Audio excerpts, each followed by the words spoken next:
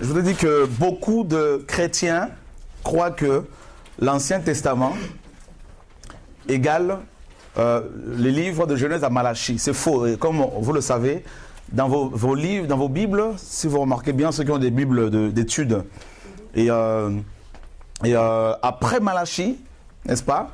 Ils ont mis un titre Ancien Testament. Qui c'est qui a une Bible d'études pour confirmer cela?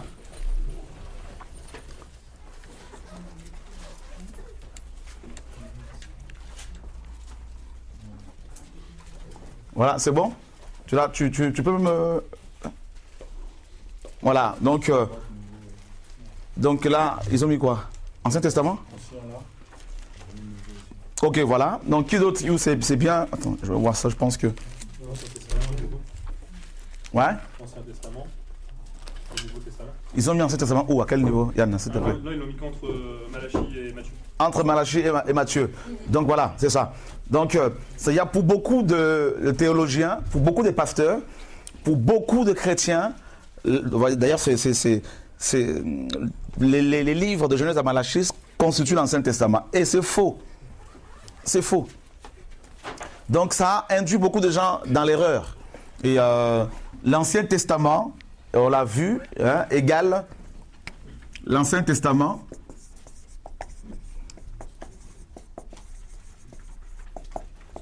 égale loi cérémonielle.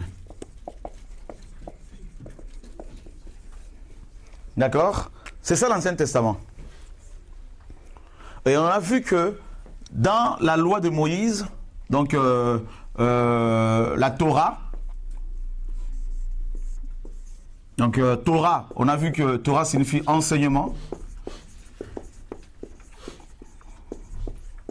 D'accord? Et on a vu que dans la loi de Moïse, ou l'Ancien Testament, non, la loi de Moïse, donc la Torah, il y avait donc l'Ancien Testament, c'est-à-dire les lois cérémonielles, il y avait des lois morales et des lois civiles. D'accord? Donc maintenant, l'Ancien Testament égale loi cérémonielle et une partie de loi civile ou sociale. Mais la loi ou les lois morales ne constituent pas l'Ancien Testament parce que c'est des lois qui sont toujours valables. Tu ne tueras point, tu ne voleras point. Et maintenant, beaucoup de pasteurs, beaucoup de théologiens font croire, et eux-mêmes ils sont induits en erreur, ils font croire aux chrétiens et ils pensent eux-mêmes que l'Ancien Testament égale le Genèse à Malachie. Voilà. Donc ce qui fait que pour beaucoup de chrétiens, ils n'ont pas tellement intérêt à maîtriser l'Ancien Testament parce que c'est vieux, c'est passé. Et comment voulez-vous bien servir le Seigneur? Comment voulez-vous bien connaître votre Dieu si vous ne connaissez pas l'Ancien Testament? C'est très important pour un chrétien, pour les chrétiens, de maîtriser, d'étudier l'Ancien Testament ou l'Ancienne Alliance. D'accord? Donc, on a vu que la Torah, donc, c'est d'abord les 5 premiers livres. D'accord? Genèse, Exode, n'est-ce pas? Et Lévitique, Nombre et Deutéronome. Les 5 premiers livres. D'accord? Ça, c'est ce qu'on appelle la loi de Moïse. D'accord? La loi de Moïse. Et dans la loi de Moïse, nous avons l'Ancien Testament, les lois cérémonielles, les lois morales et les lois civiles. D'accord? Et ni Jésus, ni les apôtres n'ont appelé ces livres-là Ancien Testament. Ils faisaient la distinction entre l'Ancien Testament, d'accord, c'est-à-dire les lois cérémonielles, les lois relatives au culte, les prophètes et les psaumes. On l'a vu dans Luc chapitre 24, versets 44 à 45. D'accord? Jésus faisait la distinction entre les Écritures. Donc, ce qu'on appelle les Écritures à l'époque, les apôtres, c'était l'Ancien Testament, donc les lois cérémonielles, les lois morales et les lois civiles. D'accord? Également, les prophètes et les psaumes. Donc, les prophètes, les psaumes, l'Ancien Testament, les lois cérémonielles, donc loi morale, civile également, tout ça là, faisait partie des Écritures que les apôtres avaient pour enseigner dans les synagogues. D'accord? Ils maîtrisaient les Écritures, c'est-à-dire l'Ancien Testament, les lois cérémonielles, les lois morales, civiles, les prophètes et les psaumes. Et malheureusement, beaucoup de chrétiens ne peuvent pas se servir que de l'Ancien Testament pour prêcher Christ.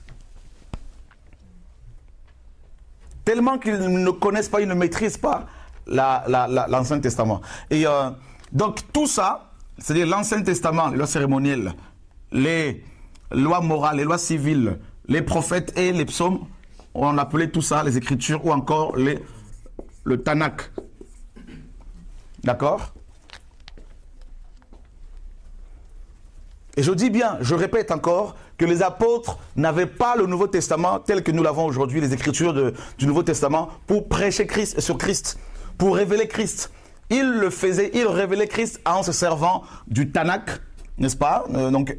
C'est-à-dire les Écritures, c'est-à-dire l'Ancien Testament, loi morale, loi civile, les prophètes et les psaumes. Et les Juifs qui croyaient en ces Écritures, quand ils entendaient les apôtres prêcher, ils croyaient forcément au Messie, en Yeshua. D'accord? Alors, pour beaucoup de pasteurs, quand on dit Ancien Testament, c'est Genèse.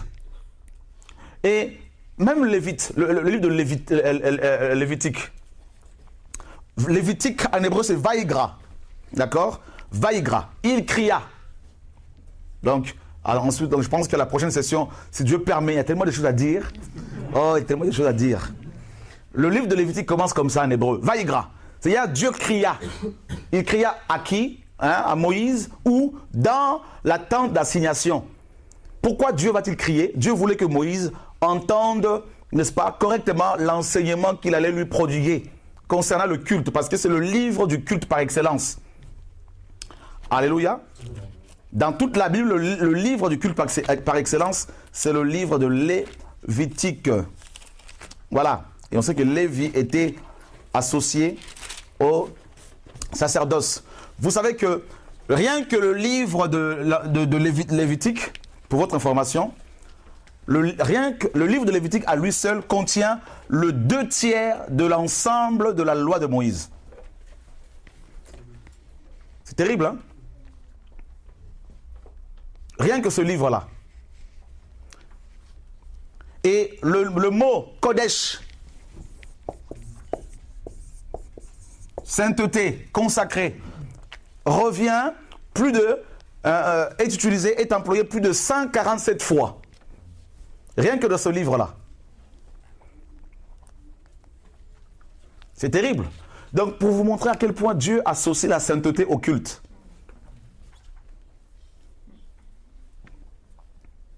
Et c'est ce que Dieu a crié aux oreilles de Moïse. Vaïgra.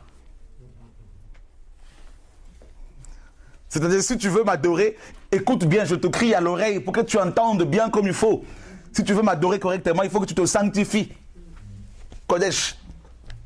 D'accord? Alléluia. Vous comprenez là? Oui. Donc on n'a pas le temps pour développer maintenant ce livre-là. Oh, c'est merveilleux. Et on a vu dans Lévitique que c'est pour la première fois où les Écritures emploient le terme amour. Hein, tu aimeras ton prochain comme toi-même. C'est dans le livre de Vaïgra. Tu aimeras ton prochain comme toi-même. Mais ça a été mal traduit. Logiquement, littéralement, ça se dit « Tu aimeras pour ton prochain comme pour toi-même ».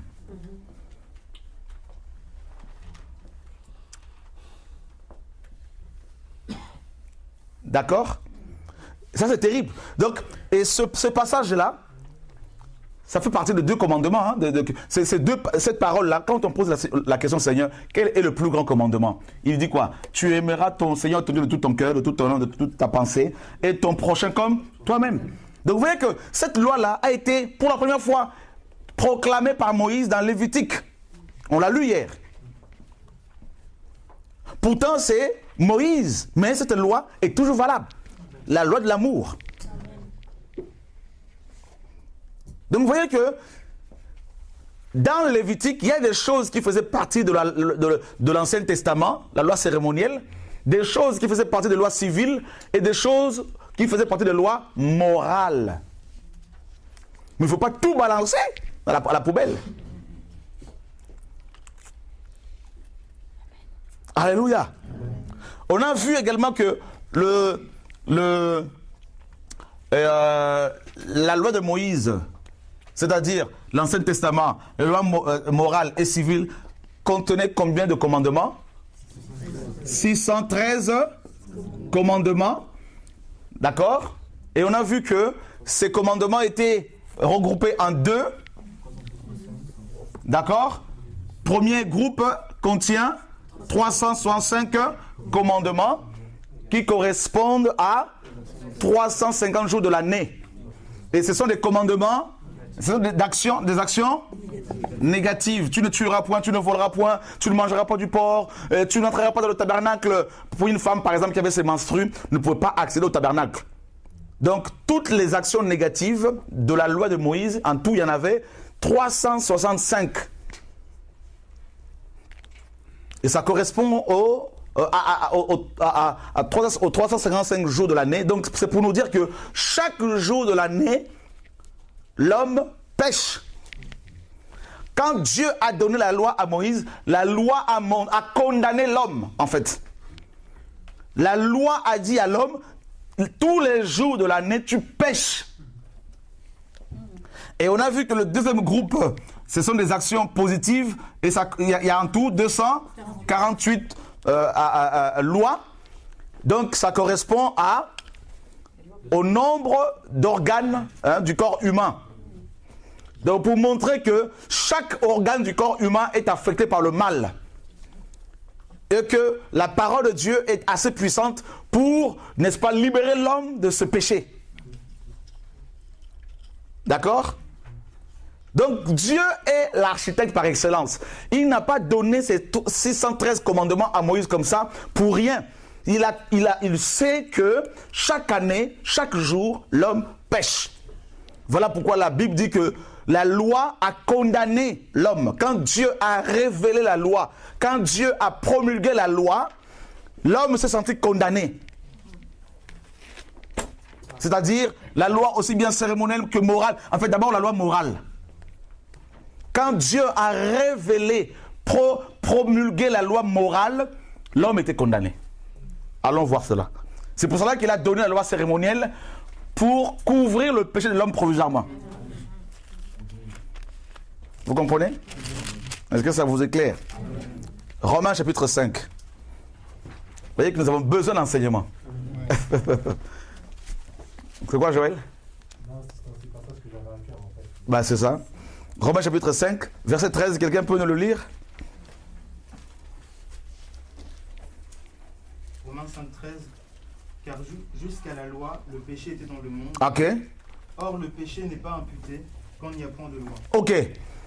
Jusqu'à la loi, c'est-à-dire jusqu'à la promulgation officielle de la loi mosaïque sur le mont Sinaï, dans Exode 19, le péché était dans le monde, mais il n'était pas imputé aux hommes. À part les pays ou les villes où Dieu intervenait directement par ses messagers comme Sodome et Gomorrhe, voilà, pour prêcher la parole. Mais sinon, les gens qui ont péché, mes amis, avant que la loi ne soit promulguée, ces personnes n'étaient pas condamnées. À part ceux qui ont été éclairés par les messagers de Dieu et qui se sont, n'est-ce pas, endurcis. Donc, la loi morale, ici dans Romains 5, il est question de la loi morale. D'accord?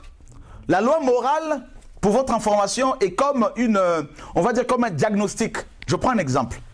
Paul nous dit que le péché était dans le monde. Mais personne ne le savait. D'accord? Personne ne le savait. Allons voir le verset 20. Verset 20. Or, la loi est intervenue pour que l'offense abonde. Ok. La loi est intervenue pour que l'offense abonde. C'est terrible. la loi morale. Dieu l'a révélée et automatiquement le péché était aussi révélé. Je prends un exemple, tout simple.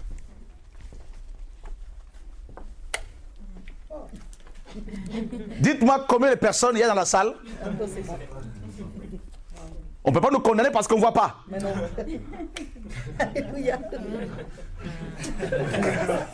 Combien de personnes il y a? Tu peux le savoir. Et si tu refuses de le dire, tu es condamnable. Alléluia. Est-ce qu'on peut acclamer la parole de Dieu, mes amis? Donc la lumière, c'est la loi morale. D'accord? Maintenant, je prends un autre exemple. Ça se voit là? Ok. Frère Chora, tu as une tache sous la joue? Non.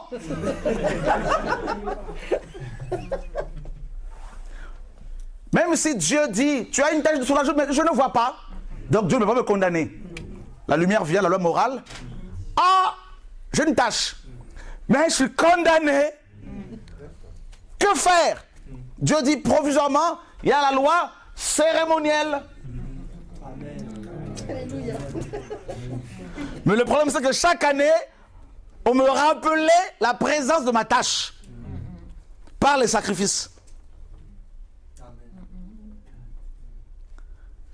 Alléluia. Amen. Voilà pourquoi Jean-Baptiste a dit, voici l'agneau de Dieu qui ôte la tâche. Amen. Alléluia. Amen. On est nourri. Amen. On comprend mieux les choses. Je suis pragmatique, j'aime ça. Alléluia, merci Seigneur. Elle partira, vous inquiétez pas. Et allô. La parole là.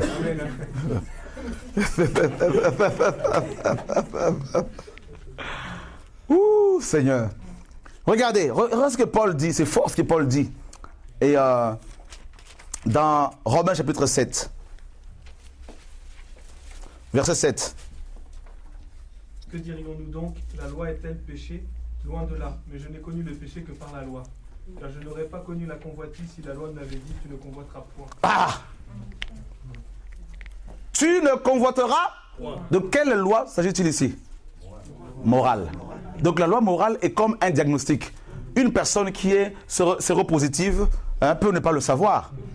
D'accord? Mais si elle va voir un médecin et qu'on lui fasse un test, un examen, l'examen est comme la loi morale qui révèle la maladie.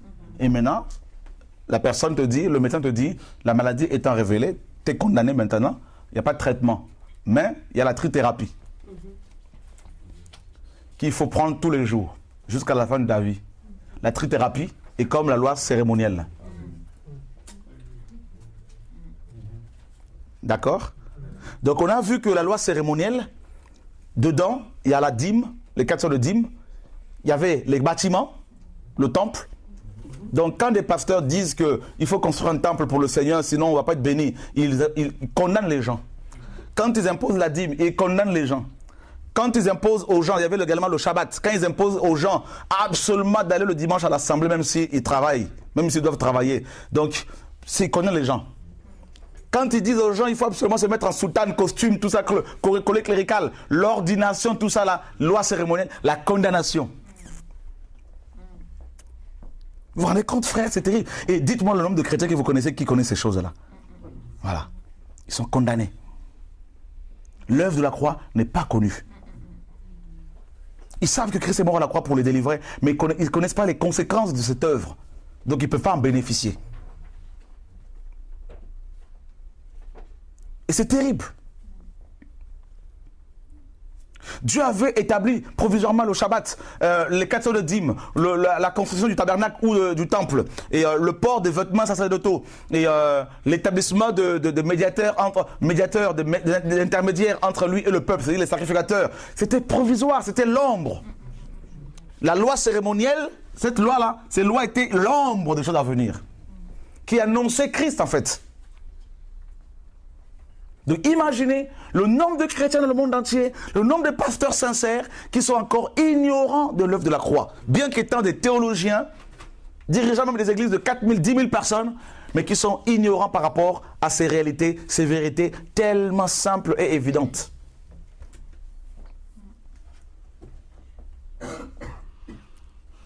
Dieu a établi des chorales, Corée, Asaph, tout ça. Il y avait 24 classes de sacrificateurs dans le temple. D'accord? Et dans 1 Chroniques 15, jusqu'au chapitre 20, chapitre 15, chapitre 16, jusqu'au chapitre 20, vous verrez que David avait établi des chantres, 188 chantres dans le temple. C'était l'ordre d'Aaron. L'ordre d'Aaron, n'est-ce pas, de Lévi, ça c'était provisoire. Nous sommes dans le sacerdoce de Melchisédek. Mais malheureusement, beaucoup de pasteurs disent qu'ils sont des Lévites et ils doivent prélever la dîme. Ils ne se rendent même pas compte que Jésus n'était pas de la tribu de Lévi, mais de la tribu de Juda. Donc nous sommes des Judéens. Et la tribu de Juda ne prélevait pas la dîme. Alléluia. Vous vous rendez compte, ma soeur Sylvie, tu te rends compte de l'ignorance des pasteurs.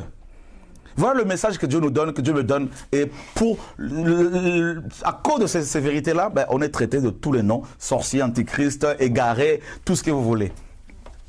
Parce que ça libère le peuple. D'accord? Là, depuis hier, je vous parle de la Torah, de l'Ancienne Alliance, en gros, de l'ordre, n'est-ce pas, d'Aaron, du sacerdoce selon l'ordre d'Aaron. Et malheureusement, l'ordre d'Aaron est rétabli dans les églises.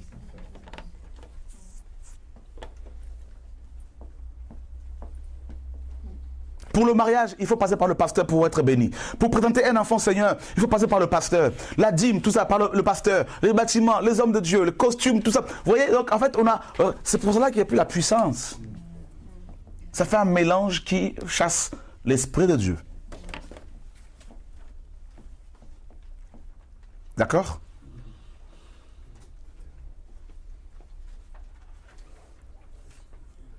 Qui se rend compte qu'il y a vraiment des problèmes dans nos églises?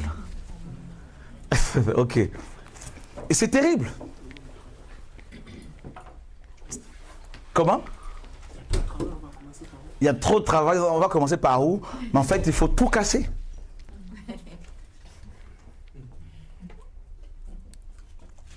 On a remis en place l'ordre, le sacerdoce selon l'ordre d'Aaron. Donc c'est pour cela qu'il y a autant de problèmes, tout ça.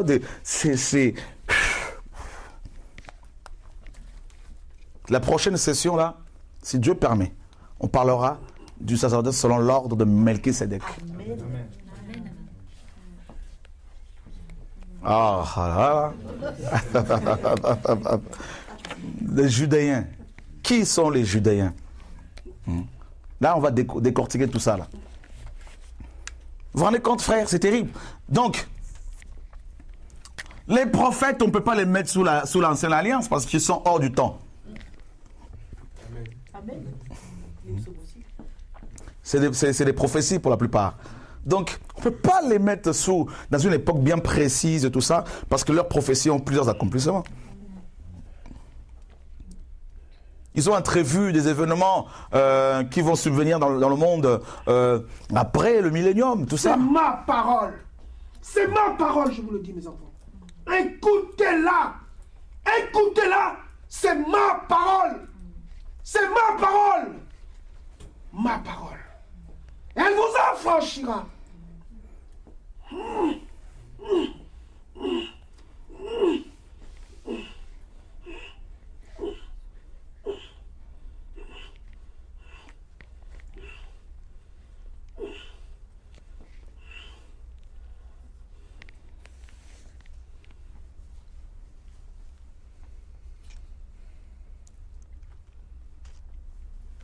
Gloire à Dieu.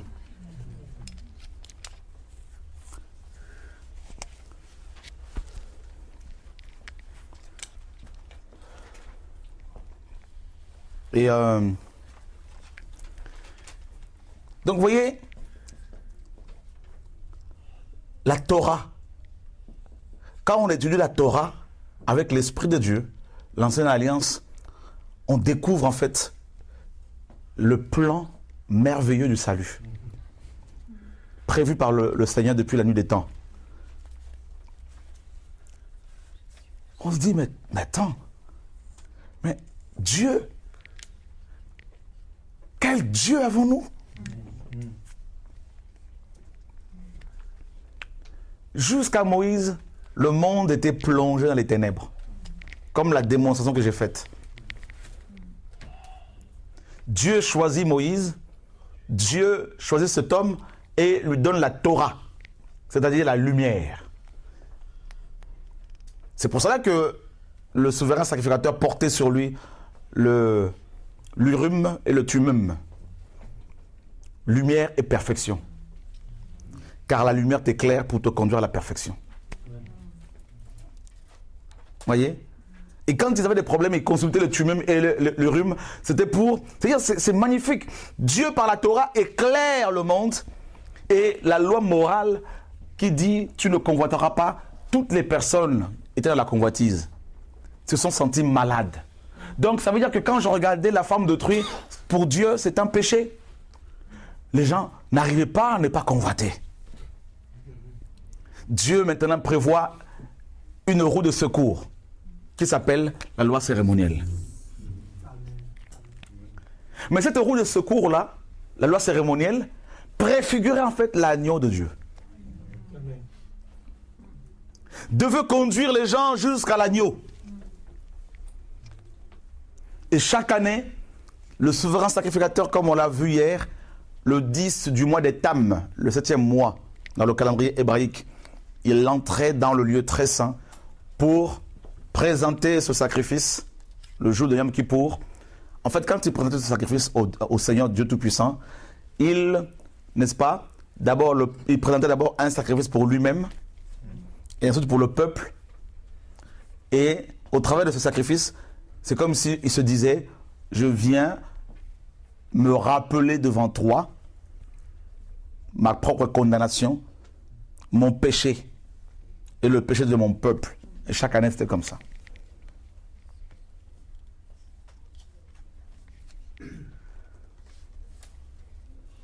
Et une fois le sacrifice offert au Seigneur, l'année pouvait se dérouler normalement parce que le péché du peuple était couvert, mais non ôté.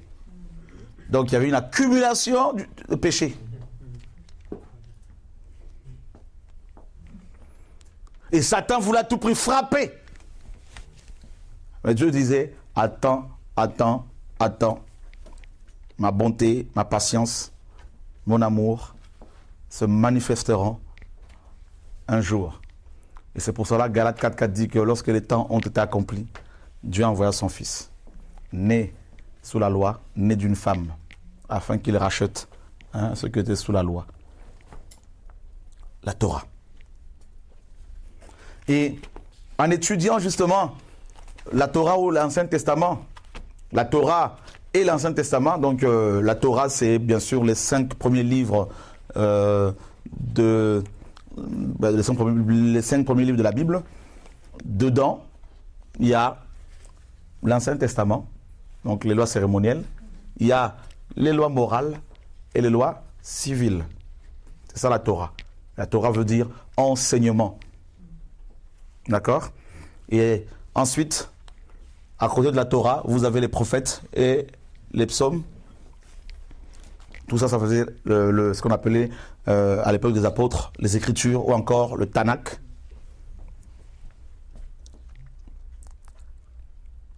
Et le socle de tout ça, c'est les 10 paroles.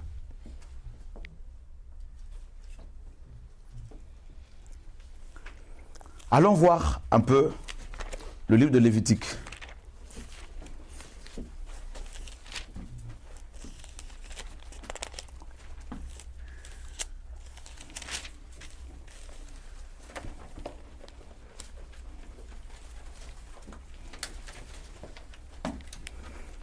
Quelqu'un peut nous lire le verset 1er au verset 3.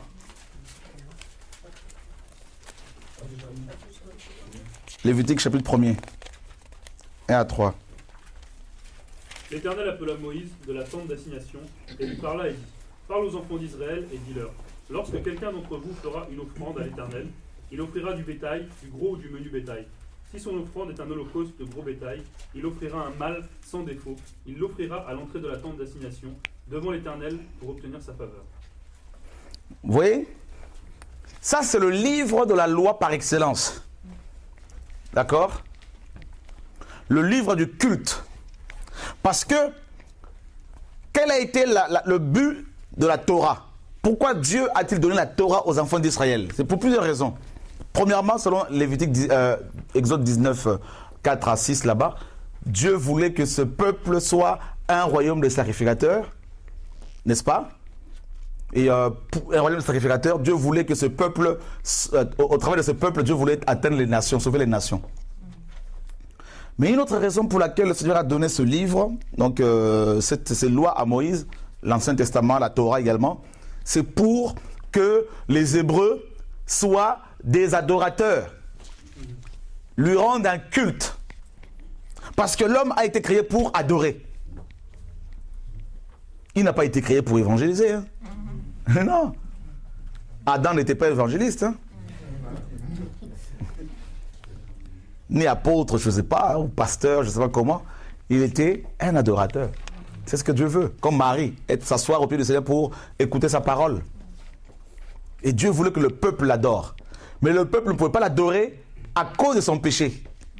Il lui révèle sa loi qui condamne la loi morale, qui condamne le peuple. Mais il propose la loi cérémonielle pour qu'il y ait quand même un dialogue, voyez, entre lui et le peuple. Et c'est pour cela qu'il va donner le livre de Lévitique.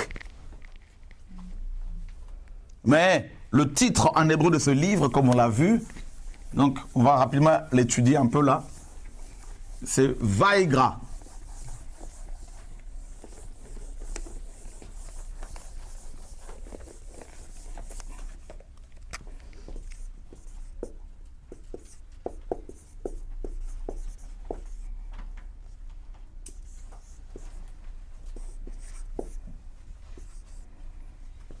C'est-à-dire appela.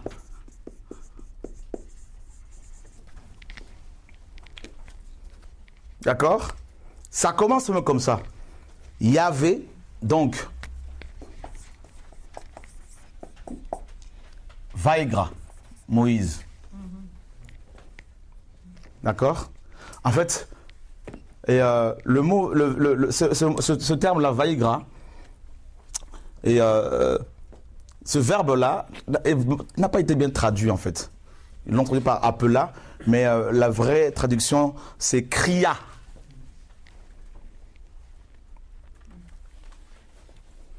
Et Dieu l'a appelé à quel endroit? Et depuis quel endroit? Depuis la tente d'assignation.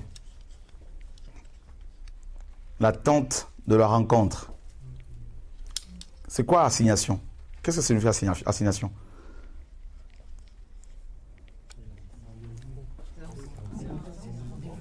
Rendez-vous, convocation.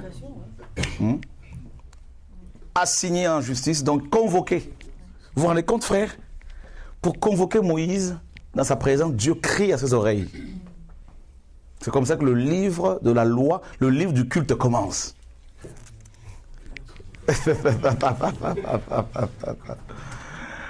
Alléluia. Vous voyez que c'est important d'étudier la loi, la Torah. C'est notre... Voilà. Nous voulons être des adorateurs. Est-ce que nous avons étudié ce livre?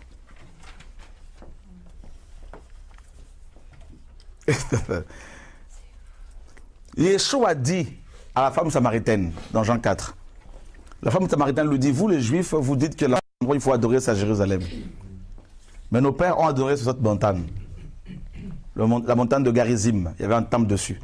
Le Seigneur dit, femme, l'heure vient et elle est déjà venue, où les vrais adorateurs adoreront le Père en esprit et en vérité. Ce ne sera ni dans les montagnes de la Samarie, ni à Jérusalem.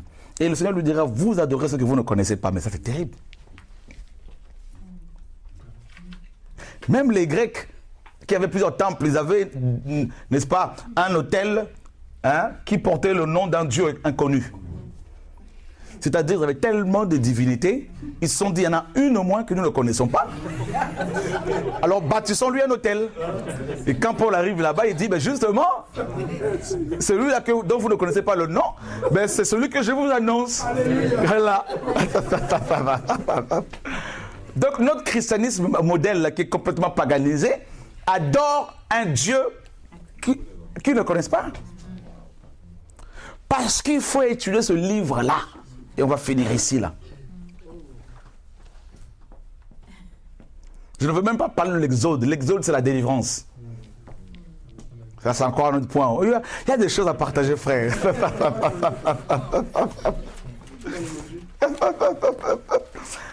Alléluia. Amen. Pourquoi Dieu avait-il demandé à Moïse de construire cette tente d'assignation? Pour rencontrer l'homme, pour parler à l'homme. Et c'est là que Dieu... Parce qu'il ne parlait pas n'importe où. Yeshua a dit quoi? Si vous voulez adorer, il faut rentrer où? Dans sa chambre et fermer la porte. Mais la tente d'assignation, c'était comme une chambre pour les Hébreux. Vous voyez, non? Donc maintenant, celui qui veut apprendre sur l'adoration, comment adorer le Père Céleste, mais il doit étudier aussi ce livre. Comment nos ancêtres ont adoré Yahvé. Donc déjà, Dieu convoque Moïse. Moïse entend son nom, ici, là. Moïse! Dans les oreilles. Oh, viens ici!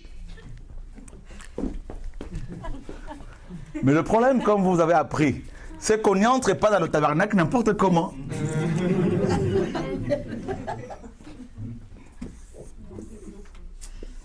Dieu est trop fort. Ah! Moïse était là, là.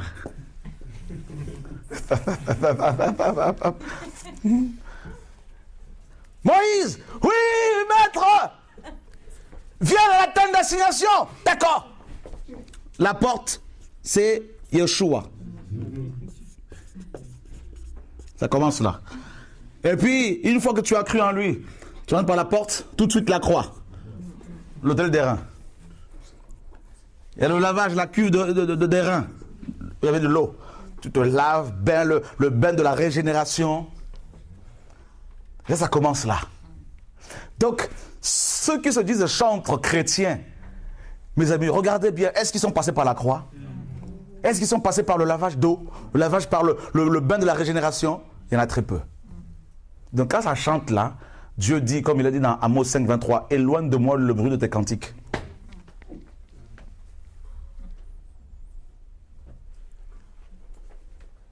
D'accord?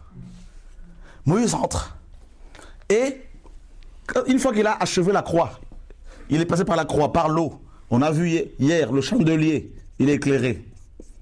Parce que le chemin, quand Jésus dit qu'il est le chemin, la vérité et la vie, il voulait dire quel chemin? Pour les Juifs, ils connaissaient son langage. Parce qu'ils savaient qu'il y a un chemin, le chemin du tabernacle conduisait au lieu très saint. Mais pour un Congolais, pour un Français, quand on lit Jean 14, 6, je suis le chemin, la vérité, la vie, on ne connaît pas vraiment ce que c'est. Mais celui qui a étudié la loi, il sait, je comprends. C'est le chemin dont l'accès était interdit.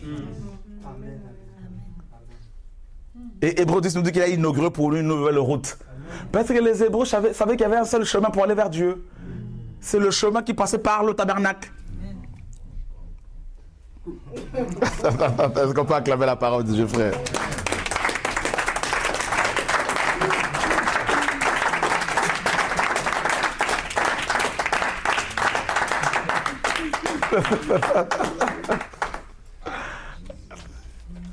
Ben oui, il dit quoi? Je suis le chemin, la vérité et... Ensuite. Nul ne vient. Où se trouve le Père? Alléluia. On acclame la parole encore, frère. Voyez?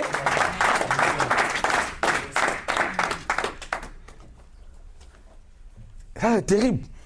Donc, vous voyez que vous ne pouvez pas dissocier Jésus du tabernacle. Amen. Or, le problème est quoi? Ce chemin-là, personne ne pouvait l'emprunter. C'était pas tout le monde. Les Judaïens, quand ils venaient ici, bloqués, recalés. Ceux de la tribu de Dan, pareil, refoulés. Et les Congolais, ne parlons même pas, ils ne vont même pas s'approcher. Les Français, oh, de l'autre côté. Alléluia. Waouh. Et ça, ce chemin-là, il dit, je suis le chemin. D'accord? C'est terrible, hein? Il y avait quoi ici? À part la table de pain de proposition. D'accord? Il y avait combien de pain dessus? 12. Et ensuite, il y avait l'autel de parfum. L'adoration. Vous vous rendez compte? Donc, pour adorer, il faut emprunter le chemin Jésus. Donc, Moïse, quand il entend Moïse, viens à la tente d'assignation. Le chemin qu'il a emprunté là, c'est Jésus. Amen. Mais Moïse ne le savait pas.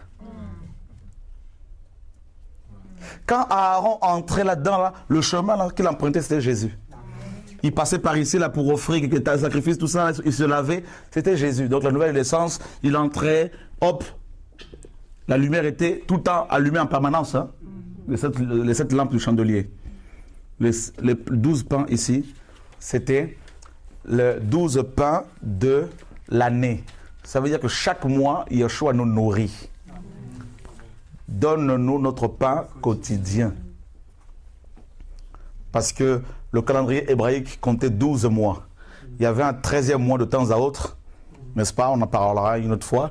Mais en tout, il y en avait 12 en tout. Et le pain, c'est la vérité. Est-ce qu'on peut le vérifier? Ben oui, Jean 17, 17. Sanctifie-les par ta vérité, ta parole est la vérité. Donc les 12 pains, c'était 12 vérités, n'est-ce pas? Donc 12, c'est le chiffre, le nombre du gouvernement. Donc le gouvernement de Dieu est basé sur la parole. D'accord? Donc quand Yeshua dit « Je suis le chemin », c'est ce chemin-là. La vérité, c'est les 12 pains. D'accord? Et la vie, ça c'est l'arche. La gloire, la vie. D'accord? Vous vous rendez compte? Donc en fait, il parlait, un juif qui avait étudié la loi, qui écoutait Jésus parler comme ça, automatiquement, il comprenait son langage. Mais si nous n'avons pas étudié la Torah, l'Ancienne Alliance, le Nouveau Testament ne va pas le comprendre, le langage de Christ ne va pas le comprendre. Mais quand on étudie l'Ancienne Alliance et qu'on commence à lire le Nouveau Testament, on va commencer à réaliser à quel point Jésus était le maître des maîtres. Voilà pourquoi quand il disait, moi et le Père nous sommes un, les Juifs ont pris des pierres pour le lapider. Parce qu'ils ont tout de suite fait allusion à l'Ancienne Alliance. Ehad. Un. Je dis, mais comment toi qui es un homme, tu te fais Dieu? Mais pour nous autres là, cette parole paraît insignifiante.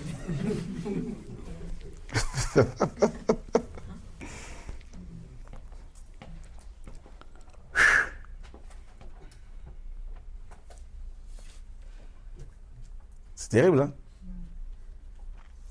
Et au choix. Non, c'est... Et que se passe? Le livre de Lévites, donc comme on l'a vu, compte 145, n'est-ce pas? En fait, le mot Kodesh est utilisé 147 fois dans ce livre. C'est le seul livre de toute la Bible où il est autant question, où le terme Kodesh revient autant de fois.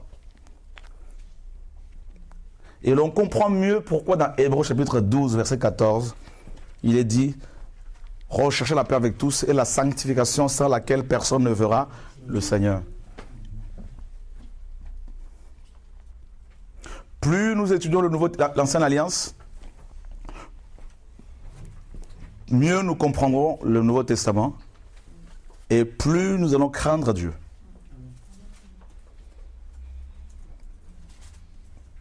D'accord?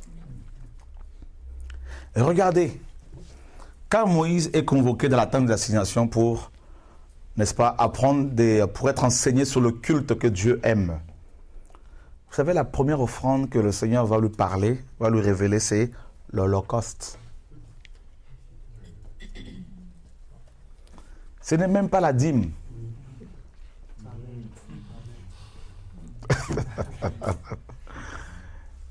Il y avait 5 offrandes.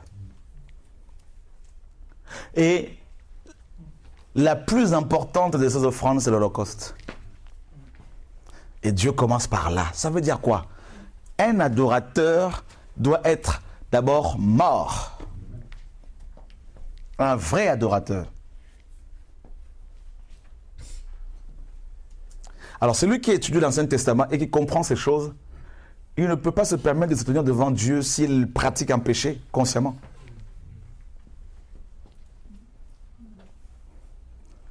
L'Holocauste est la seule offrande qui était consumée par le feu. La seule offrande de l'Ancienne Alliance que les sacrificateurs ne pouvaient pas toucher. C'est-à-dire, toute cette offrande-là était entièrement consumée par le feu. Elle revenait entièrement au Seigneur. Les autres offrandes, bon, Dieu prenait une partie, les sacrificateurs prenaient une autre. Vous voyez? Mais l'offrande de l'Holocauste, mes amis, l'Holocauste nous parle en fait de Christ. D'abord. Et deuxièmement, l'offrande de l'Holocauste nous parle du chrétien. Combien de chrétiens dans nos églises, frères, ne veulent-ils pas se sanctifier? Refusent-ils la sanctification? Beaucoup ne veulent pas se sanctifier.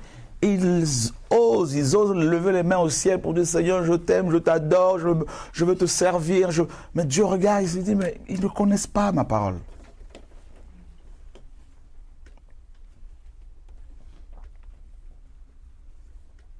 Et le pire, c'est que beaucoup veulent rentrer dans un ministère public, commencer des églises alors qu'ils ne sont même pas sanctifiés. Mais c'est la mort qu'ils cherchent.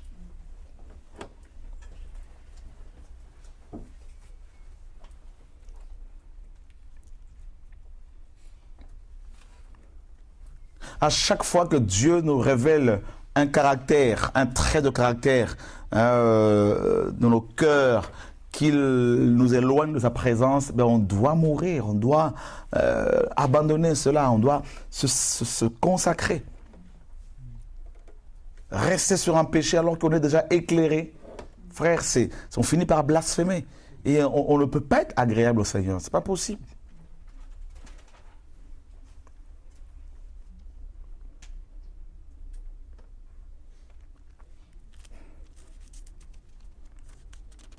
Et le Seigneur exigeait un mal sans défaut.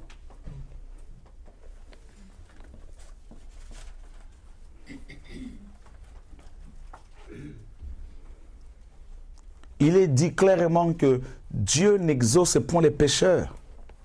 Dans Jean 9.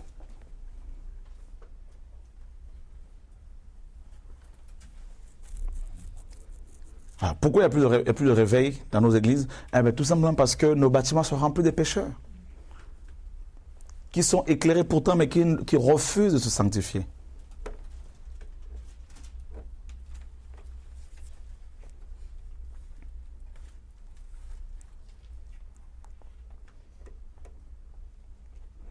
Et vous verrez qu'au verset 4, il posera sa main sur la tête de l'Holocauste, qui sera agréé de l'Éternel pour lui servir d'expiation. Donc, l'Holocauste servait aussi d'expiation. Et c'est Christ est mort pour expier nos péchés. Voyez? Et Christ nous a laissé un modèle. Paul dit dans Romains chapitre 12, et offrez vos corps comme un sacrifice vivant, saint et agréable, ce qui sera de votre part un culte raisonnable. Donc, vous voyez le culte, là, nous sommes dans le culte, là. Le culte que Dieu agrée. Donc, on ne va pas au culte. On rend un culte. Et c'est dans le quotidien, chez nous, partout. Dans notre mentalité religieuse, le culte, on se dit, ouais, je vais au culte. Ce matin, je vais au culte, tout ça, alors demain, je n'irai pas au culte. Mais c'est faux, c'est pas ça le culte. Pour beaucoup de chrétiens, le culte, c'est quand on se retrouve dans un bâtiment, dans une maison, où deux ou trois personnes, on commence à chanter, on commence à partager la parole, à prier les uns pour les autres, on dit, ah, j'étais au culte. Mais non, ça, c'est pas biblique. Oui, on peut rendre un culte devant les frères, avec les frères et devant le Seigneur. Mais d'abord, c'est personnel. C'est tous les jours, toutes les secondes. Offrez vos corps comme un sacrifice. Ici, le mot sacrifice en grec nous parle de l'Holocauste.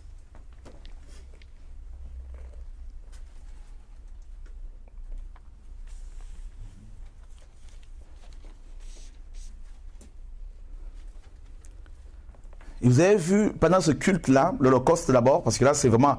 En fait, comme on l'a vu, hein, donc l'offrande la plus importante sous Moïse, c'était l'Holocauste. D'accord? L'Holocauste était entièrement réservé au Seigneur. Et on s'en servait également pour l'expiation des péchés.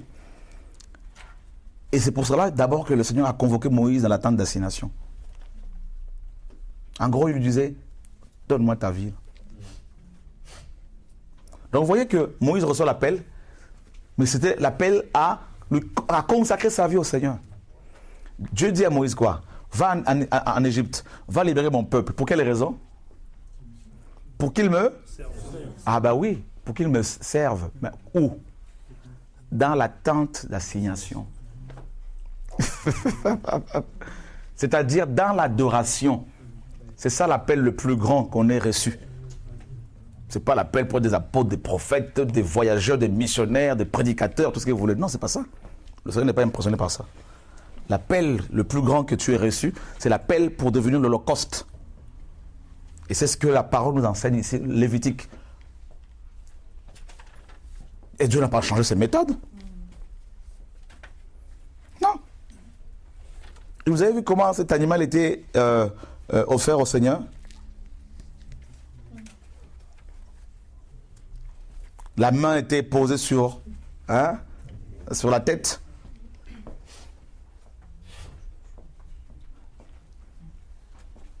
Vous savez pourquoi? Lui transférer le péché.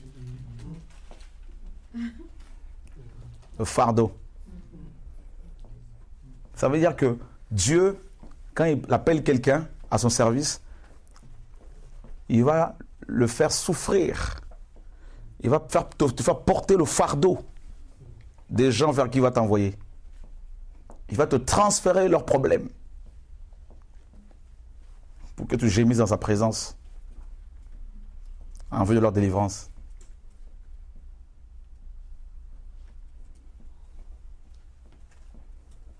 C'est pour cela que Paul disait, je porte sur mon corps les marques de Christ. Vous allez dire, mais est-ce que c'est biblique? Oui, c'est biblique. Mes enfants pour lesquels j'éprouve de nouveau les douleurs de l'enfantement jusqu'à ce que Christ soit formé en vous.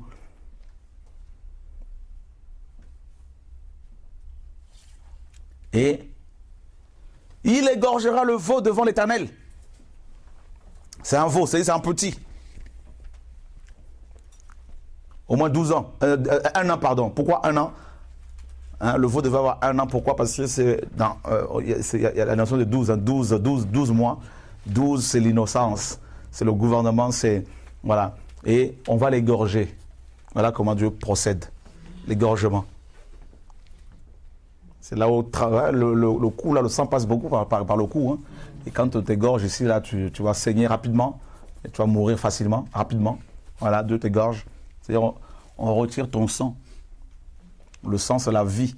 Donc, l'Holocauste que tu es va donner sa vie, toute sa vie. Dieu va prendre toute ta vie. Tout ce que tu aimes, toutes les femmes que tu aimais, les belles, les hommes que tu aimais, tout ça là, Dieu arrache tout ça. Le moi.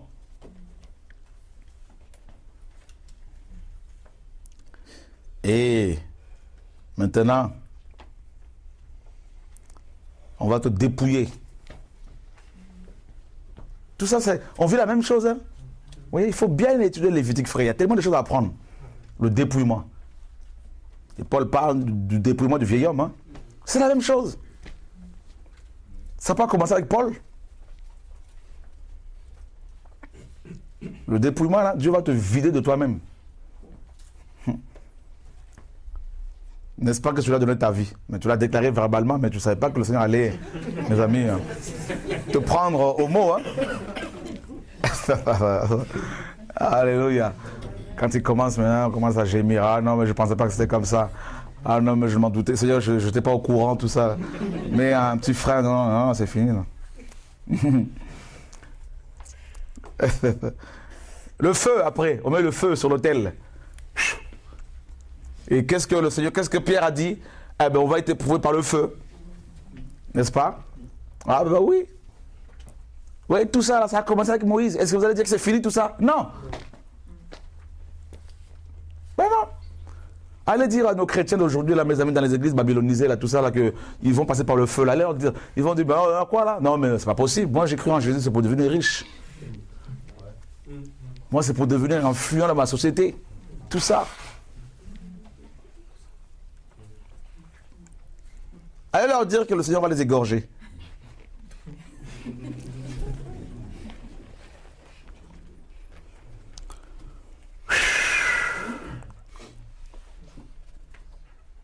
Et il lavera avec de l'eau les entrailles et les jambes, les entrailles.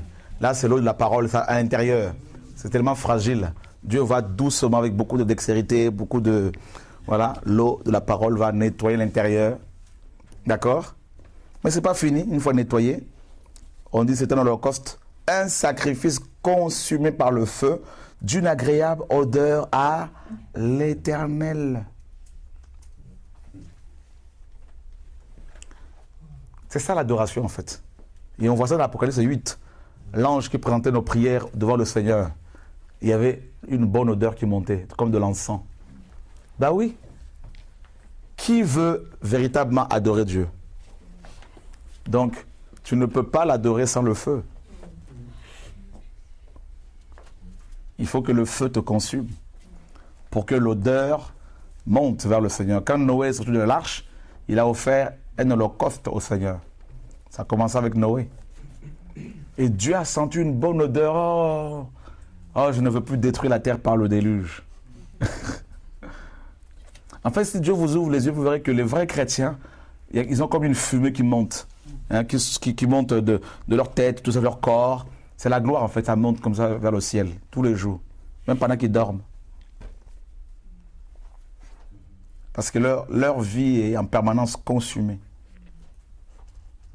La croix. Si quelqu'un veut me suivre, qu'il se charge de sa propre croix. C'est-à-dire, tous les jours, tu dois être sur l'autel. Parce que tous les jours, Dieu veut manger. Dieu veut sentir bon. Ton odeur.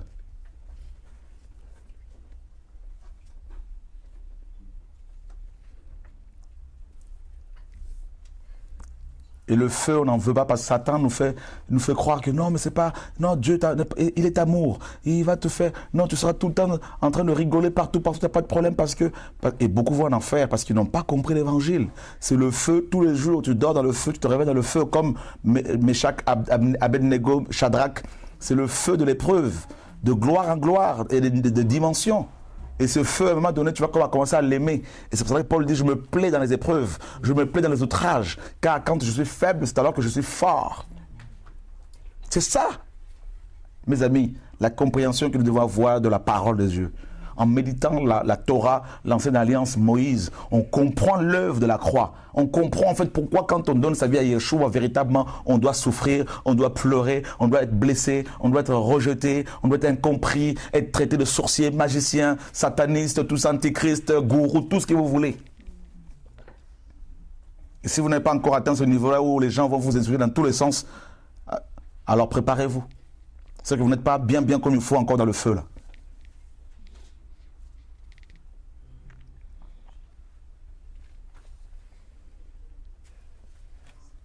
Il faut que vous arriviez à un niveau où vous êtes tellement consumé que vous vous dites comme Paul dans Galates 1:10, est-ce la faveur des hommes que je cherche ou celle de Dieu? Si je plais encore aux hommes, je ne serai pas serviteur de Dieu. Ça c'est terrible. Donc un holocauste ne peut plus plaire aux hommes. C'est fini.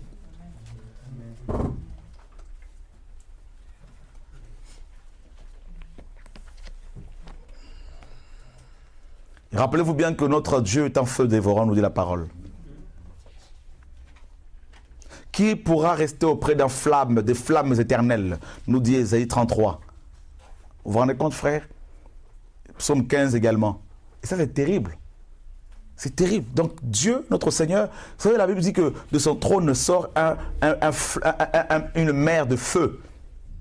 Dans Daniel. Mais vous vous rendez compte, frère, mais c'est ce feu-là qui consume toutes les impuretés, les scories, là, tout ça là dans nos cœurs, dans nos vies, tout ça là qui nous corrompt facilement. Et Dieu nous met sur l'autel chaque jour. Il a dit chaque jour, vous devez porter votre croix. C'est l'autel. Et ça, c'est l'holocauste.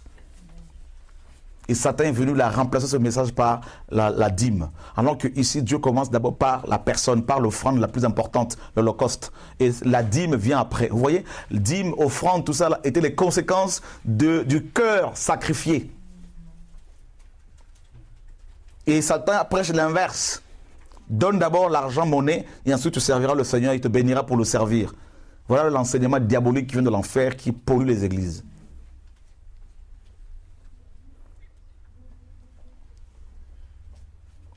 Alors qu'un cœur consacré, un cœur sacrifié, comme un holocauste, c'est un cœur qui va offrir son argent aux orphelins, aux veuves, pour faire avancer l'œuvre de Dieu naturellement, parce qu'il n'a même pas besoin qu'on lui dise comment faire, comment s'y prendre, il faut donner. C'est naturel. C'est pour cela que je vous dis que beaucoup de païens, beaucoup de chrétiens vont en enfer. Jésus a dit les prostituées, les voleurs vont vous dévancer dans le royaume. C'est-à-dire ils vont se convertir avant de mourir, mais ceux qui sont dans les églises, là, qui fréquentent les assemblées depuis des années, beaucoup vont en enfer. Parce qu'on leur a prêché un évangile light, un évangile édulcoré, un évangile à l'eau de rose, un évangile mélangé, humain, un évangile humaniste.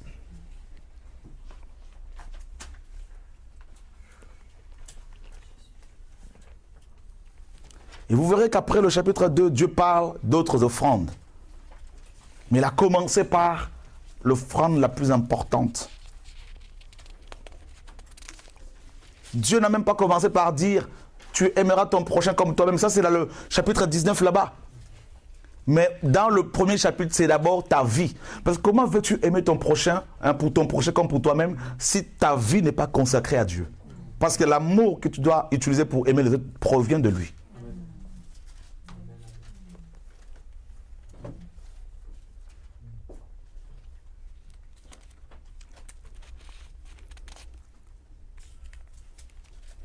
Qui se rend compte que notre christianisme est malade.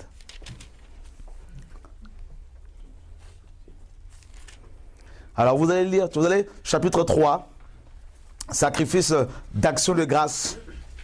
Cette offrande-là, shlem en hébreu, n'est-ce pas? Shlem. Shlem.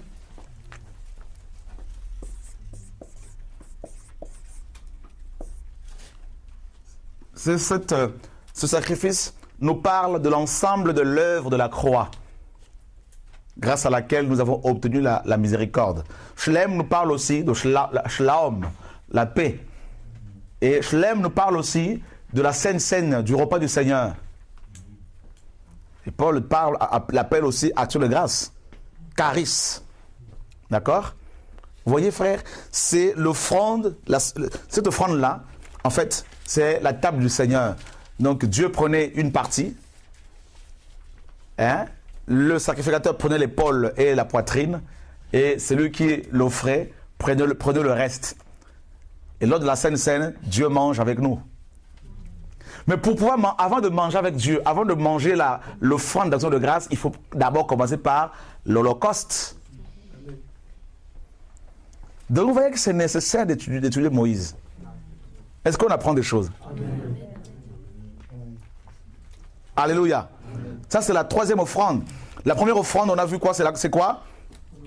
L'Holocauste. La deuxième offrande, l'offrande de farine.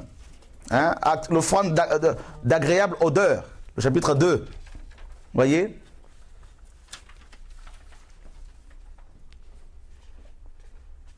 Alléluia. Et ensuite, il y avait l'offrande de prémices. D'accord? Donc on va dans l'ordre. Première offrande, action de grâce. Deuxième offrande, l'offrande de farine. D'accord? Et donc, prémices, tout ça. Donc, troisième offrande, prémices. Alors, les prémices, on sait ce que c'est. Prémices, premier.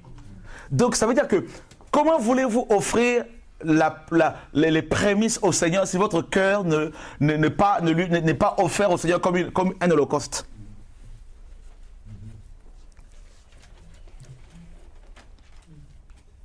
Alléluia. Tout dépend de l'Holocauste. Parce qu'une fois que ton cœur est offert au Seigneur comme un holocauste, donc la première place reviendra toujours au Seigneur. D'accord? Dans ta vie. quatrième offrande, le chapitre 3, l'offrande et d'action de grâce. Ça, vous étudierez toutes ces offrandes à la maison. Alléluia. Le chapitre 4, où on parle du sacrifice d'expiation. Chapitre 5, le sacrifice de culpabilité.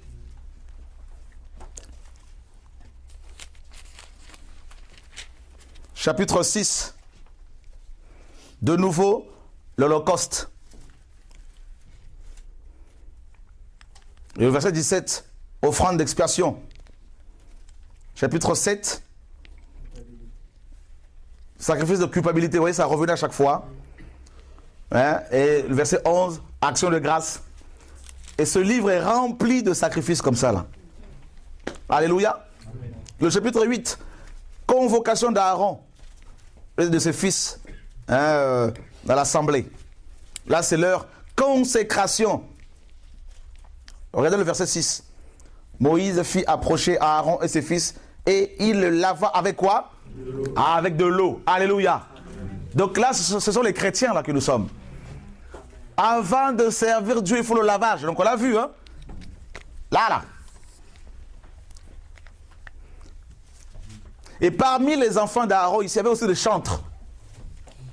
Donc ceux qui font le gospel, il faut qu'ils soient lavés par la parole.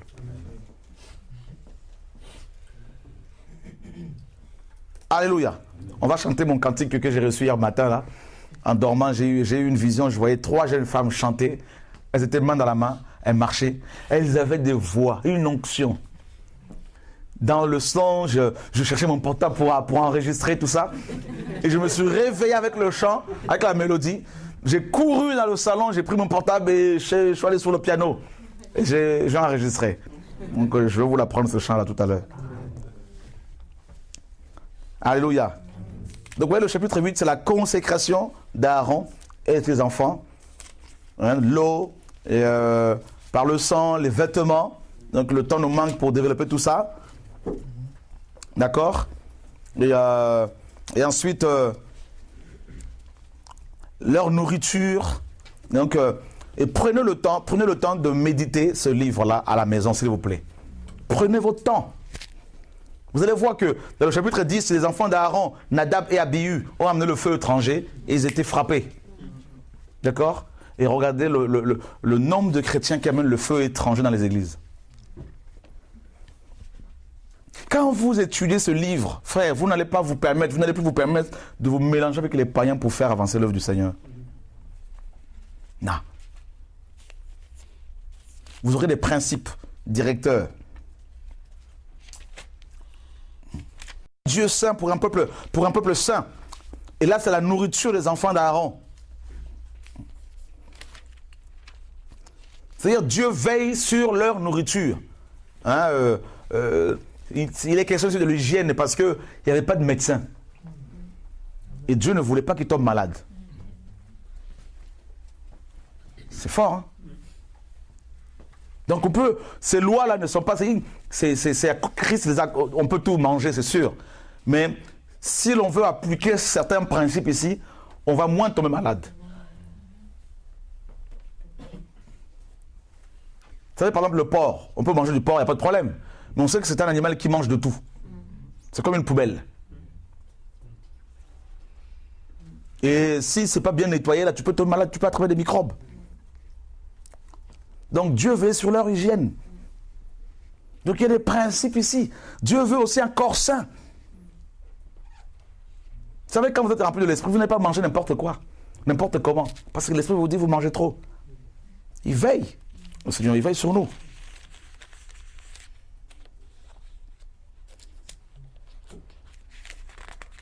Alléluia. Vous verrez que les lépreux étaient exclus. Les femmes qui avaient un flux sanguin exclus du tabernacle. Parce que Dieu est saint. Les lépreux devaient crier devant eux. Lépreux, lépreux, lépreux, lépreux. Partout ils marchaient. Pour que les gens s'écartent. Et ceux qui étaient touchés par les lépreux étaient exclus du tabernacle. Donc il y avait le tabernacle, il y avait le camp, comme ça. Il y avait plusieurs tentes ici, Judas là, par exemple, Nephtali, tout. Et le tabernacle au milieu. Les lépreux et les femmes qui avaient un flux sanguin étaient ici, exclus. Et les bêtes sauvages pouvaient les attaquer. Et quand Myriam, nom qui signifie rebelle, était frappée par le Seigneur de la lèpre, elle était exclue du camp, elle était là. Et les enfants d'Israël avaient leur tente, ne pouvaient pas partir, il fallait attendre d'abord qu'elle soit guérie. Et ces lépreux-là, mes amis, c'était nous autres, toutes les nations, symbolisaient les nations, exclus du camp, exclus d'Israël, de l'alliance, des alliances, de la loi. C'est pour ça que Christ, pour nous sauver, nous dit Hébreux 12, il est allé hors du camp. Oh my God. Jesus. Jesus. Alléluia. Oh, je le kiffe. Alléluia. Il est allé te chercher. Jesus. Il mérite nos acclamations, frère. Alléluia. Jesus. Alléluia. Jesus. Pourquoi est-il sorti du camp? On l'a crucifié hors la ville, hors Jérusalem. Pourquoi? Parce que nos péchés étaient tombés sur lui. Il est devenu lépreux à cause de nous. Et les lépreux étaient chassés, frère. Oh my God. Jesus. Il y avait la vache à Zazel qui était, n'est-ce pas, le bouc émissaire. On priait, on lui transférait le péché. Le temps nous manque de tout le peuple. Et on le chassait hors du camp. C'était l'image de Jésus. C'est pour ça que Hébreux 12 nous dit que Christ, pour nous sauver, il est allé hors du camp. Allons vers lui hors du camp. Et le camp maintenant est devenu aujourd'hui le christianisme paganisé. Il faut sortir pour aller vers le Seigneur, frère. Les rejeter. Venez, vous-même comme des pierres vivantes. La Bible dit que venez. Oh my God, alléluia. Alléluia. La Bible dit que il est la pierre vivante, la pierre rejetée. Hein? La pierre rejetée. Et nous devons aller vers lui. Nous devons aller vers lui parce que c'est la pierre rejetée. Donc, du coup, il est hors du camp, rejeté par les religieux, par les riches. Et il est allé sauver les lépreux, les femmes qui étaient exclues du tabernacle à cause de leur maladie, les Noirs, les Arabes, les Français qui étaient hors du camp. Et il nous a sauvés. Mais il nous a pas menés dans le camp terrestre là. Il nous a introduits dans le sein de saints, là-haut, frères et sœurs. Oh my God. Jesus. Et si maintenant les pasteurs veulent vous ramener encore sur terre, là, mes amis, dans leur machin, dans leur système, il faut refuser, frère. C'est pour ça qu'on dit non, Chora, c'est un rebelle. Parce que Dieu m'enseigne ces choses-là, frère. Ça me rend fou.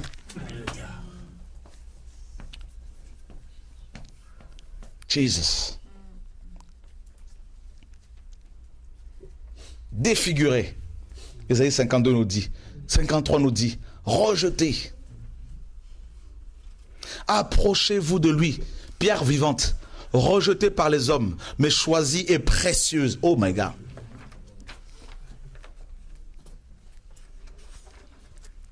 Jesus. Oh mes amis. C'est glorieux, hein? Hein? Si tu veux savoir qui tu étais, il faut méditer le chapitre 14 également. Tu étais un lépreux, hein? Rejeté.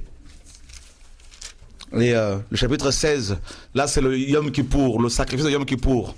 Il faut le méditer également, hein? Le chapitre 17, le sang. Le chapitre 18, c'est les ordonnances par rapport à la sanctification, qu'il ne fallait pas voir la nudité de son père, la nudité de sa mère, tout ça là, hein? Le chapitre 19, et l'idolâtrie interdite, tout ça. Et chapitre 20. Et là, on nous parle des actes, hein, d'actes immoraux. Chapitre 22, consécration des sacrificateurs encore. Chapitre 23, les fêtes de l'Éternel. L'œuvre de la croix. Alléluia. My God, ça c'est magnifique. Au chapitre 24, frère. Et là, l'huile pour le chandelier. Et on parle du chandelier. Chapitre 25, l'année sabbatique. Il y a tellement de choses à apprendre. Chapitre 26, mes amis. Et la terre promise. Et chapitre 27, Là, c'est la consécration des personnes et des objets. Et le chapitre 27, pardon, c'est le dernier chapitre. Méditez ce livre. Frère, rien que sur ce livre, on peut y rester 1 an. Là, je résume. Hein. Et là, on comprend mieux l'œuvre de la croix. On comprend mieux l'œuvre que Christ a accomplie. On comprend mieux pourquoi il a souffert autant. C'est pour cela que quand il avait affaire aux lépreux, il les guérissait. Parce qu'il était lui-même considéré comme lépreux. Il allait à contre-vent. C'est pourquoi il a dit aux apôtres maintenant, allez jusqu'aux extrémités de la terre, c'est-à-dire sortez du camp. Car j'ai un autre troupeau. Et quand Dieu a demandé à Pierre, dans Acte 10, de sortir du camp, d'aller manger Corneille, cet oiseau dont la chair était interdite à la consommation. Et Pierre a dit, non, jamais je ne sortirai du camp. Dieu a dit, ce que je déclarais pur, ne le déclare pas impur. Sors du camp, va manger. Pierre arrive chez Corneille. Savez-vous qu'il est interdit à un juif de se lier d'amitié avec un païen? Mais Dieu m'a dit de ne pas regarder les apparences, les hommes selon leur origine. Le discours avait changé. La grâce a pu nous atteindre. Frères et sœurs, quelle grâce. C'est pour cela quand vous dites aux juifs religieux orthodoxes que vous êtes enfants de Dieu, le Dieu d'Abraham, d'Isaac et d'Israël, mais ils peuvent vous lapider. Le gars, il peut vous lapider parce qu'il dit, mais il est fou. Tu es de quelle race là? De quelle tribu? Moi-même qui suis juif, parce que je suis de la tribu de Juda, je ne peux pas accéder au temple. Seulement les Lévites. Et toi, tu oses me dire que Dieu est ton Père et que tu es dans le sein de ça tout le temps.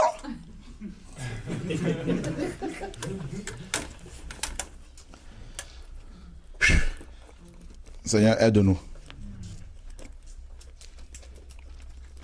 Des questions?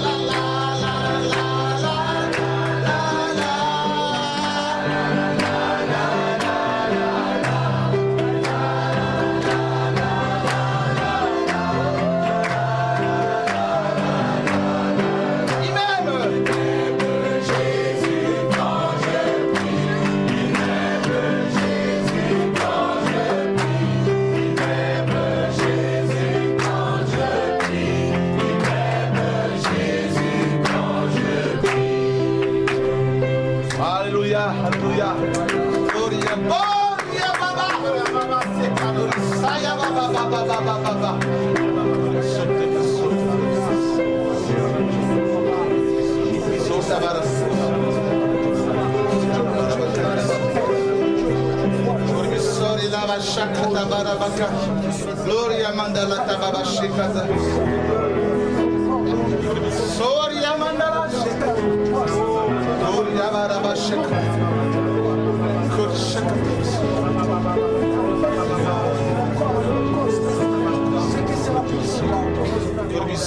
Isha Katabara Baka. Kori Mishala la Baba Shekata Baba. Kori Misaya Baba Baba Baba Baba. Merci. Seigneur, ton esprit souffle. Seigneur, amour me touche. Je ne peux devant toi rester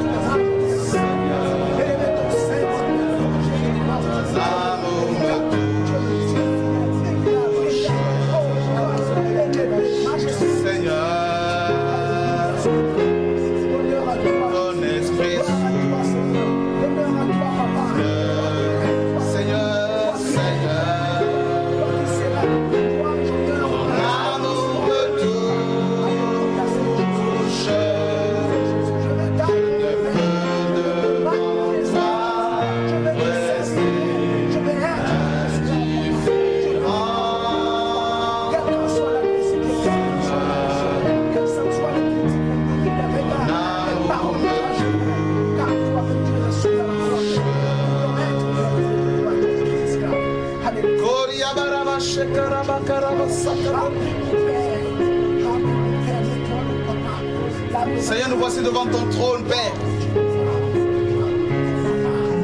tel que nous sommes. Seigneur, nous voulons te bénir, t'adorer, Seigneur. Je veux chanter un chant d'amour.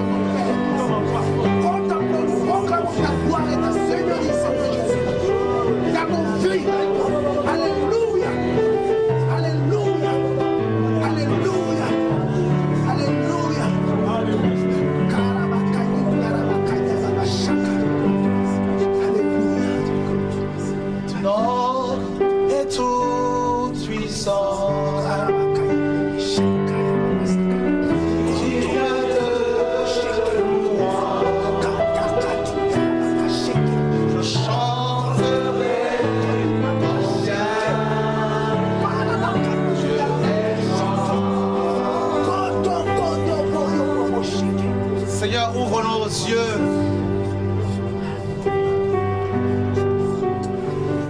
Père,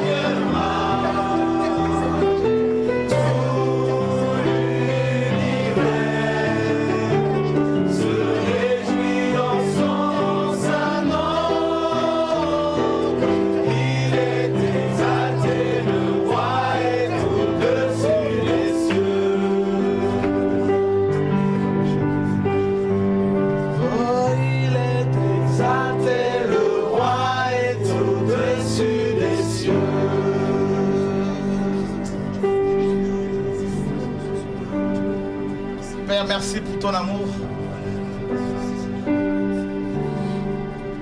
Ta parole nous a franchis, Seigneur.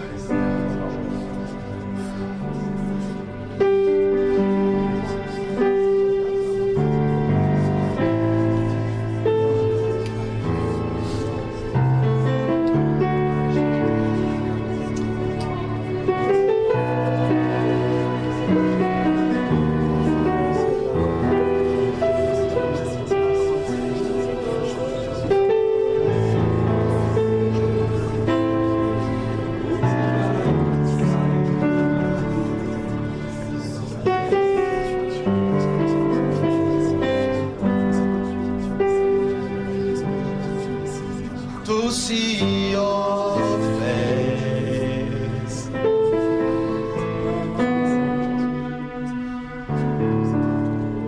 Nous voulons voir sa face.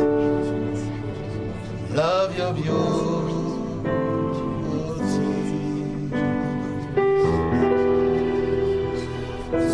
To know your ways.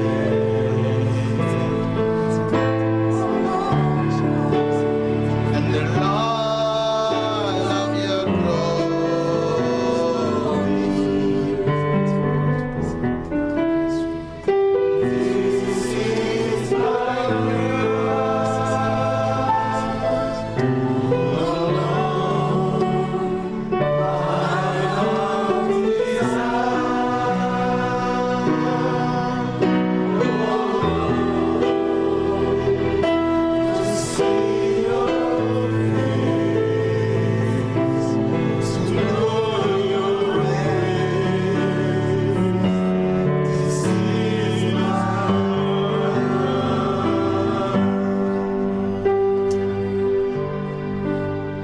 Seigneur veut nous sanctifier, nous purifier, nous laver, nous débarrasser de l'orgueil, de tout ce qui peut nous empêcher expérimenter sa gloire.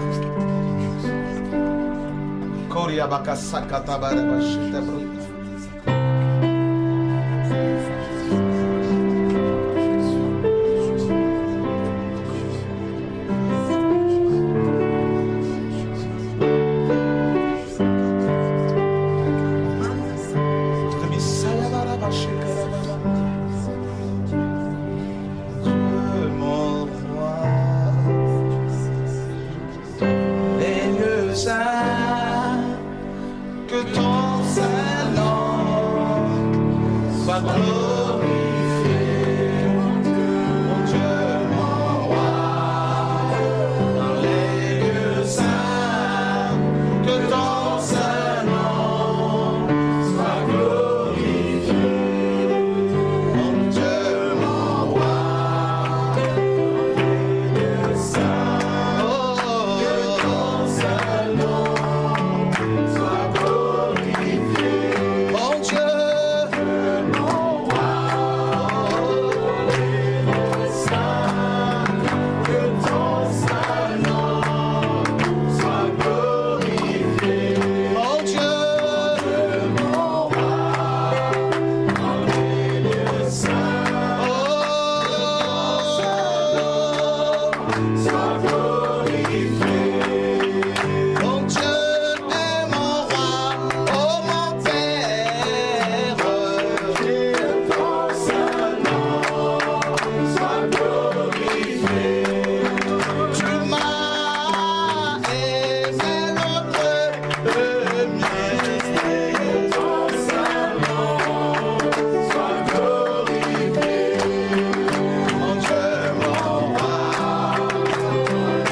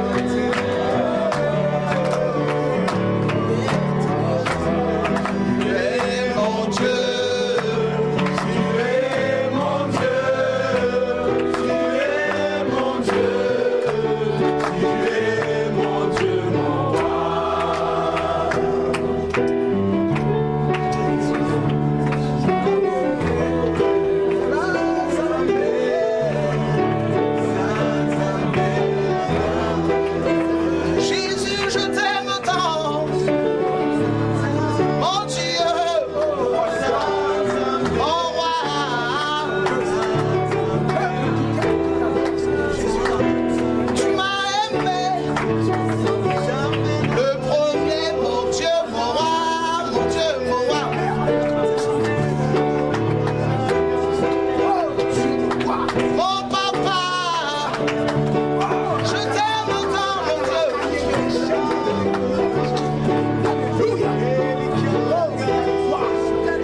Mon papa, c'est toi. Maman Nanga. Papa Nanga.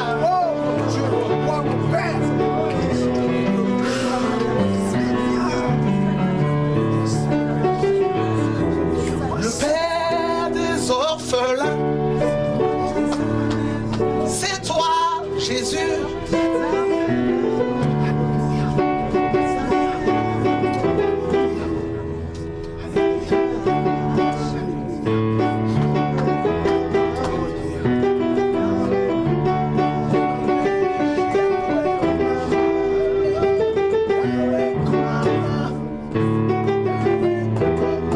Oh, faut l'aimer.